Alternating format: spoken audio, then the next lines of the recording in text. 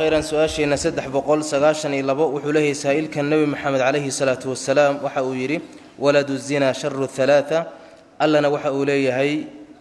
ولا تزر وازرة وزر أخرى محوق قلب سداء المهن شيخو أنا دي مفسر هرتا سؤاش آيات يا حديث أيا نينكا سائل كما روح سؤاش سو قري يا وحوغا اسكا هرديي marka in loo kala hagu baahan hadith wa hadith ka dhahaya waladu zina sharru thalatha ilmaha zinada ku dhashay saddexdooda isaga u shar badan macnaha waxa laga fahmay labadii dhashay ee zinaysatay iyo isaga soo saddex ma saddexda isaga u shar badan حديثكم حوت المامر سيدا مرك الله دغه waxay noqonaysaa ilmaha waladu zinahe garca inuu sharlowi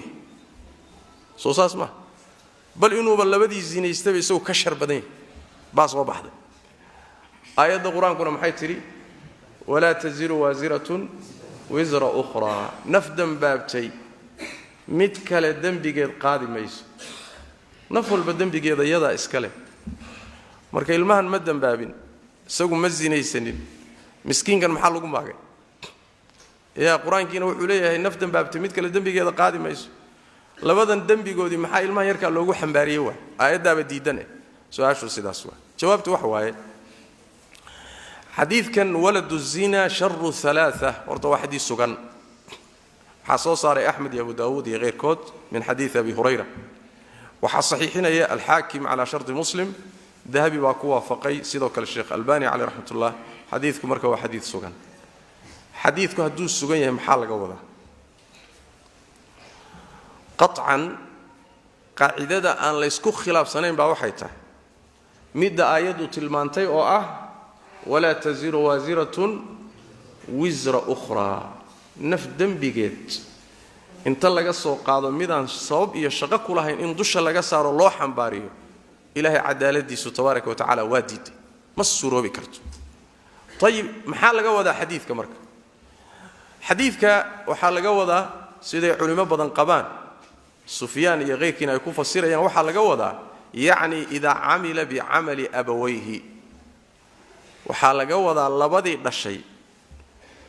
حمانتي أي سميين مد لم إذا حدوث سميين صدق هذا إسقى أو شربه هاي نقول مرك يعني لبدي دشي سوميسن زينيسن هادو اسغون الزينادي ku dhaco saddexdooda kay u sharbada isaga u sharbada sababtu maxay tahay labadan dhashay asal ahaan ficil ahaan bay ziinadu uga dhacday laakiin isagu ficilkiina waa la wadaaga biyaha asal ahaan uu ka soo jeedana waa biyo khariban sooma marka waa sharru thalatha waa markuu sameeyo dhaqankii xumaaye labada dhalay ay sameeyeen markaas uu noqonaya saddexdooda ka ugu shar badan tafsiirka noocaas asagoo marfuuca waxa laga wariyaa Aisha iyo Abdullah ibn Abbas ibn Adi Tawarani baa soo saaray laakiin waa dhaif oo nabiga kama sugna salawaatu rabbi wa salaamu alayhi laakiin tafsiirkaasi wuxuu leeyahay Sheikh Al-Albani alayhi rahmatullah in la qaato laga maarmi maayo maxaa yeelay nusuusta kitaabka iyo sunnada ayaa waxay ku tustay inaan cid dambigeed cid kale loo qabanayn xadiidkani marka waa in macna kale loo yeelo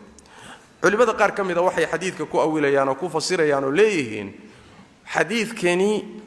lagama wado caam lagama wado wuxuu ku soo arooray qiso khaas ah oo nin khaas uu nabigu ka hadlahay ilma khaas ah oo garaca ama nin garaca oo khaas ah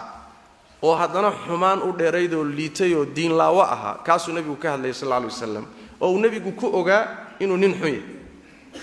marka labadii dhashay isaga marka la isu fiiriyo isaga ugu liita oo ugu shar badan saana in laga wada dhici karto tahawi iyo xaakim waxay soo saareen arinta wax ayidayo walow dhaif baa ahaade laakiin waxay leeyihiin munaafiqa jiray oo nabiga dhiba sallallahu alayhi wasallam nabigu dhibi jiray suu nabiga u dhibi jiray sallallahu alayhi wasallam ba maalintii nabiga waxa loo sheegay rasuul ilaahay munaafiqnimada waxa u dheer waa garac hadana munaafiqnimada waxa u dheer waa garac markaasuu nabigu wuxuu yiri sallallahu alayhi wasallam waladu zina sharru thalatha ya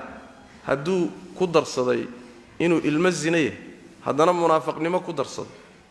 labadii zinada ku dhalay isaga ka daran marka ya sharru thalatha saddexda isaga wuxuu shar badan way macna isaga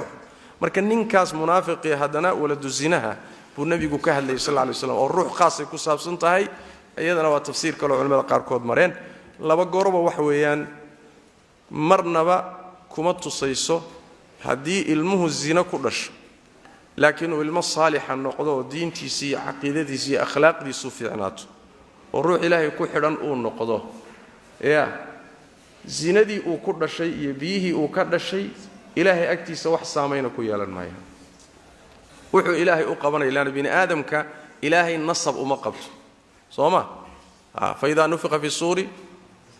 fala ansaba baynahum nasab iyo nasab sheegashay ma jirto ya kii dadka ugu nasab fiicna hadduu gaal noqday soo naar lagu xarayn maayo kii aan nasab lahayn hadduu mu'min saalixa noqdayna adeer jannu tagaya meeshii amalkiisa iyo caqiidadiisu geysiyay iimaankiisu tagay marka ma jirto wax la yiraahdo abtir baa ruuxan lagu reebaya ama abtir buu ku hormaraya haba yaraatay ilaahay agtiisa kama jirto marka amalkiisa meel geynaya wallahu a'lam